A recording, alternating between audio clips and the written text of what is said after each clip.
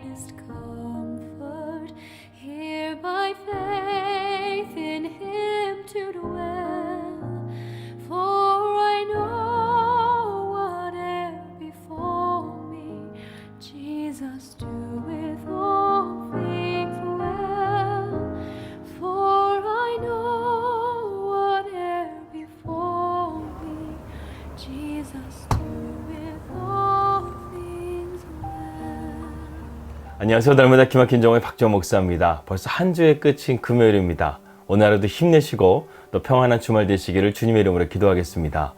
여러분들은 생명의 근원이 어디 있다고 생각하십니까? 이 동양의학에서는 이 심장에 있다고 보았습니다. 그런데 서양에서는요, 그 생명의 근원이 바로 우리 인간의 뇌에 있다고 보고 있습니다. 인간의 생명을 유지하는 기관으로서 뇌는 상당히 참 중요하죠. 뇌는 1.36kg의 작은 기관이지만 신체의 모든 부분을 통제하는 아주 중요한 기관이라 할 수 있습니다. 또한 사람의 생각이나 기억력도 뇌가 관장하고 있죠. 그렇기 때문에 우리 인간의 에너지의 5분의 1을 뇌가 소비할 정도로 뇌는 많은 일들을 하고 있습니다. 그렇다면 심장은 어떨까요? 심장도 마찬가지입니다. 심장도 멈추게 되면 피가 공급되지 않을 것이고, 아무리 중요한 뇌라고 할지라도 3분 동안 피가 공급되지 않게 되면 우리는 생명을 잃게 된다는 것입니다. 그러므로 심장도 뇌만큼 중요한 것이죠. 심장은 겨우 340g 밖에 안 되는 아주 손바닥만한 작은 기관이지만 그 작은 덩치로요, 하루에 지구의 2바퀴 반의 거리인 96,000km의 혈관에다가 피를 공급하는 엄청난 힘을 가진 기관이라고 할 수 있습니다. 그런데요, 이런 심장에는 뇌가 아무리 중요하다 할지라도요, 사람의 생명의 전부일 수는 없습니다. 또 한 가지 우리의 생명에 영향을 미치고 있는 아주 중요한 기관이 있습니다. 그것은 바로 마음입니다. 예를 들어서 마음에 근심이 많은 사람은요, 근심을 가지지 않은 사람보다 더 빨리 죽는다고 합니다. 고혈압, 저혈압, 위장병, 우울증 등 이러한 병의 원인이요, 70% 이상이 바로 우리의 마음 가운데 있는 불안과 염려 때문이라는 것입니다. 그러므로 우리는 무엇보다 마음을 잘 지켜야 합니다. 몸이 아무리 건강해도 우리 마음이 병들게 되면 불행해지는 것입니다. 땅과 집이 아무리 넓다 할지라도요, 우리의 마음이 좁으면 좁게 보이는 거예요. 신라권에 썼던 밀턴은 이렇게 말했습니다. 사람의 마음가짐이 천국과 지옥을 결정한다. 요즘에는 서점에 가더라도요, 자기 개발 책들이 베스트셀러가 되고 있어요. 그 책들을 대부분 보게 되면 자신의 마음을 개발하라고 우리에게 말하고 있습니다. 그렇다고 한다면 성경은 마음에 대해서 뭐라고 말하는가? 잠언서 4장 23절 말씀에 이렇게 나와 있습니다. 모든 지킬 만한 것 중에 더욱 내 마음을 지키라. 생명의 근원이 이에서 남이니라. 잠언의 기자는요, 사람의 생명의 근원이 바로 우리 마음에서 난다고 말씀하고 있습니다. 그렇기 때문에 생명의 근원이 되는 마음을 우리가 잘 가꾸고 잘 지키는 것은요, 우리 인생 가운데 매우 중요한 것입니다. 오늘 본문 말씀의 주제는요, 바로 마음이에요. 바울은 우리 그리스도인들의 마음이 어떠해야 하는지 오늘 우리에게 가르쳐주고 있습니다.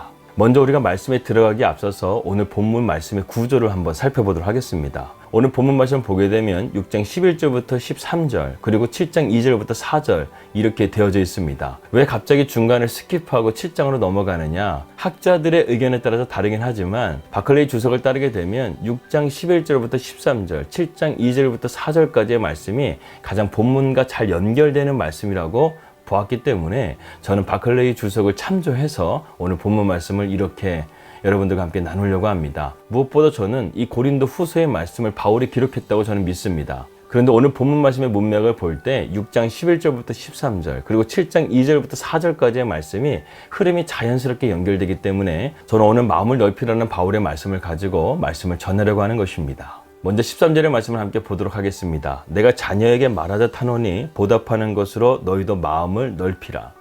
이 바울의 말씀을 보게 되면 지금 고린도 교회의 성도들의 마음의 상태를 알 수 있다는 것이죠. 마음을 넓히라는 바울의 말 속에는요, 그들의 마음이 좁고 또 편협한 상태라는 것을 알 수 있습니다. 12절의 말씀 보겠습니다.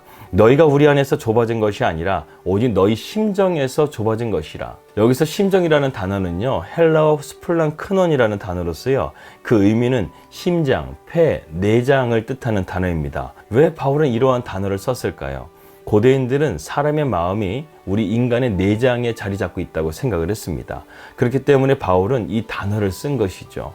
그래서 개역개정에는 마음이라고 했지만 개역 한글에는 심정이라고 표현하고 있습니다. 제가 볼 때는 개역 한글이 보다 원문에 가까운 번역을 했다고 저는 생각을 합니다. 다시 말해서 고린도 교회를 사랑하는 바울의 마음에 비해서 그들의 마음은 심히 좁고 편협한 마음을 가지고 있다는 것이죠. 고린도 교회는 우리가 잘 알다시피 많은 분쟁과 문제가 많았습니다. 얼마나 심각했냐면요. 심지어 고린도 교회를 개척한 바울을 거짓 교사들의 미혹에 빠져서 바울을 대적하는 자들이 많았다는 거예요. 또한 그들의 마음은 병들고 좁아지고 완악해져서 서로를 비난하고 비판하는 자들이 되어버렸다는 것입니다. 그런데 오늘 본문 말씀을 자세히 보게 되면 바울은 이들을 넓은 마음으로 용서하고 이들을 사랑으로 대하는 것을 보게 됩니다.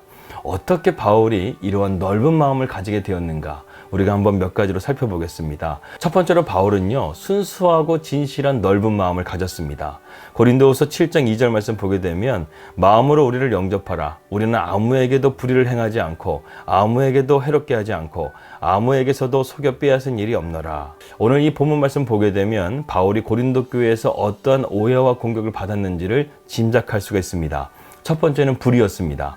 그들은 바울이 자신이 고린도 교회를 개척했다고 해서 자기 과시를 하고 일관성 없이 행동하고 불공평하게 처신했다고 생각했던 것이죠. 두 번째로는 바울이 해롭게 했다는 것입니다. 그들은 바울의 복음이 율법을 파괴할 뿐만 아니라 사람들을 타락시키고 있다고 비난했던 것이죠. 세 번째로는 바울이 속여 빼앗았다고 말을 했습니다. 아마도 그들은 바울이 가뭄에 시달리는 예루살렘 교회를 모금하는 것을 자기 자신을 위해서 금전을 착취하는 것으로 바울을 비난하고 공격했다는 것이죠. 그러나 바울은 2절에서 나는 그러한 행동을 하지 않고 너희에게 진실하다고 자신의 진실함과 순수함을 밝히고 있는 것입니다. 바울이 고린도 교회를 어떻게 세웠습니까? 1년 6개월 동안 정말 눈물로 기도하면서 한 영혼 한 영혼 주님의 사랑으로 세웠던 바울 아닙니까? 그런 바울을 지금 불의하고 해롭게 하고 또한 사기꾼이라고 말하고 있는 이 고린도 교회를 바라보면서 지금 바울의 심정이 어떻겠습니까? 얼마나 아프고 상처가 되었겠어요. 하지만 바울은 보통 사람이 아니었습니다. 바울은 소인배가 아니었어요. 바울은 대인배였습니다. 그 이유를요, 우리가 좀 더 말씀을 통해서 한번 살펴보겠습니다. 두 번째로 바울은요, 사랑의 넓은 마음을 가졌어요. 3장 13절의 말씀입니다. 내가 자녀에게 말하듯 하노니 보답하는 것으로 너희에게 마음을 넓히라. 여러분, 우리가 정말 사랑을 하게 되면요, 그 사람에 대한 존칭이 바뀌게 됩니다. 바울이 지금 자기를 배척하고 미워하고 심지어는 사기꾼이라고 말하고 있는 이 고린도 교회 성도들을 향해서 지금 뭐라고 호칭하고 있습니까? 나의 자녀들이라는 거예요. 부모의 마음으로, 부모의 사랑으로 바울은 지금 고린도 교회 성도들을 대하고 있는 것입니다. 이 세상의 부모의 마음만큼 넓은 사랑을 가진 사랑이 있을까요? 내가 엄마 뱃속에서 10달 동안 있는 그때부터, 태어나서 울기만 하고 아무것도 못하는 그때부터, 말 안 듣는 사춘기를 지나 심지어는 죄를 지었다 할지라도 부모는 자식을 사랑하게 되어 있습니다. 그래서 가족을 핏줄이라고 하죠. 생명으로 연결된 관계라는 것입니다. 따라서 바울은 고린도 교회 성도들이 미운 오리 새끼를 할지라도 자신의 자녀라고 생각했기 때문에 그들을 끝까지 사랑하고 포기하지 않는 그런 넓은 사랑을 지금 우리에게 보여주고 있는 것입니다. 심지어 바울은 7장 3절에서 이렇게 말을 하고 있습니다. 내가 이 말을 하는 것은 너희를 정죄하려고 하는 것이 아니라 내가 이전에 말하였거니와 너희가 우리 마음이 있어 함께 죽고 함께 살고자 함이라. 심지어 너희들은 내 마음에 있어서 나는 너희와 함께 죽고 너희와 함께 살기를 원한다고 말씀하고 있습니다. 여러분, 이게 보통 사람이라고 한다면 가능한 일일까요?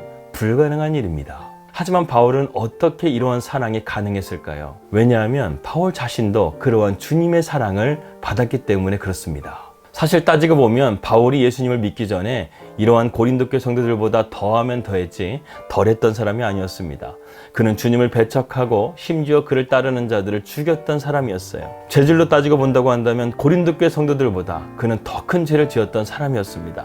하지만 그러한 바울을 주님의 넓은 사랑으로 받아주시고 그를 하나님의 자녀 삼아주신 그 은혜를 맛보았기 때문에 바울은 지금 이러한 상황 가운데서도 그들을 사랑하고 하나님의 자녀로서 바라보고 그들을 자기 마음에 있고 내가 너희와 함께 죽고 너희와 함께 살 수 있는 그 사랑의 마음으로, 그 넓은 마음으로 고린도 교회 성도들을 바라봤다는 것이죠. 주님의 사랑이 얼마나 놀라운 사랑인지를 우리는 알게 됩니다. 마지막 세 번째로 바울은요, 가능성을 볼 수 있는 넓은 마음을 가졌습니다. 오늘 4절 말씀을 함께 보겠습니다.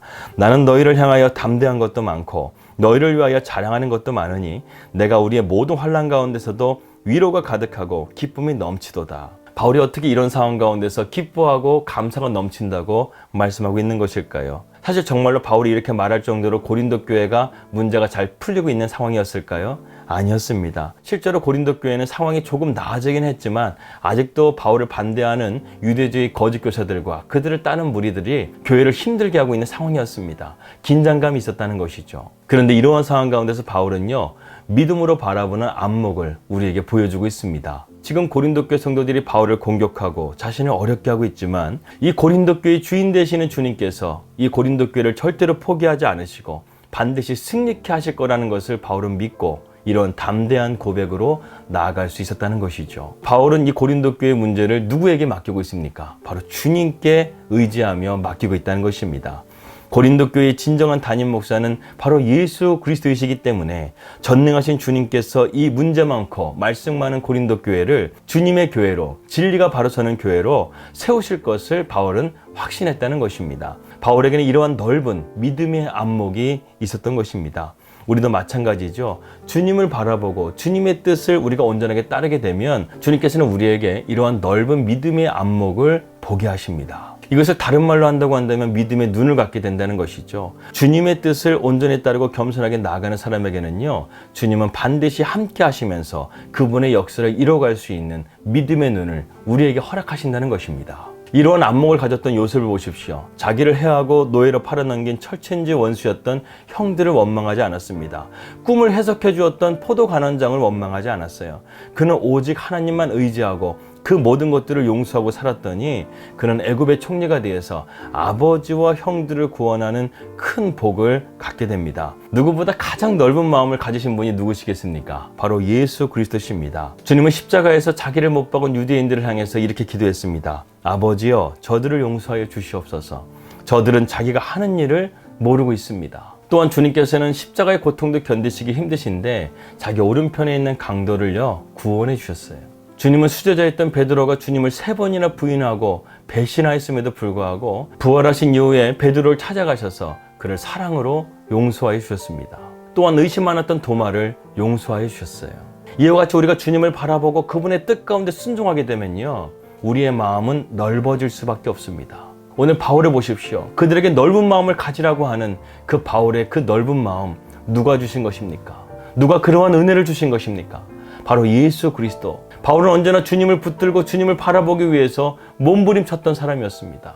그는 그리스도를 아는 지식 외에는 모든 것을 다 배설물로 여길 정도로 주님을 사모했던 자였습니다. 그렇기 때문에 주님께서 이 복음으로 세우신 고린도 교회가 믿음이 흔들리는 것을, 이들의 마음이 흔들리는 것을요, 바울은 그 어떤 것들보다도요, 가슴 아파했던 거예요. 왜? 주님을 사랑했기 때문에. 그 사랑하는 마음이 더 크기 때문에 자신을 사기꾼이라고 하고 해롭게 하고 공평하지 못하다고 공격하는 그 고린도 교회를 향해서 그들을 용서하고 그들에게 먼저 손을 내밀고 사랑으로 다가갔던 것입니다. 여러분, 우리는 주님을 바라보게 되면 주님을 닮아가게 되어 있습니다. 넓은 마음을 가지게 되어 있어요. 주님을 바라봄을 통해서 저와 여러분의 마음이 넓어지고 길어지고 깊어지고 높아질 수 있는 그런 마음이 될 수 있기를 주님의 이름으로 기도합니다. 기도하겠습니다.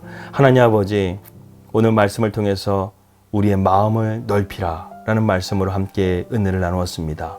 주님을 바라봄을 통해서 우리가 주님을 닮아갈 때 이런 마음의 깊이와 넓이와 길이와 높이가 더욱더 확장되어지는 은혜를 우리가 맛보게 하여 주시옵소서.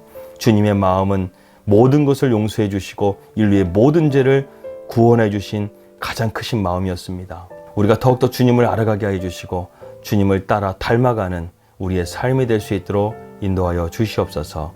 예수 그리스도의 이름으로 기도하였습니다. 아멘. 평안한 주말 되시길 바라겠습니다. 저는 다음 주 월요일 날 찾아뵙도록 하겠습니다. 우리 믿음으로 승리합시다. 할렐루야.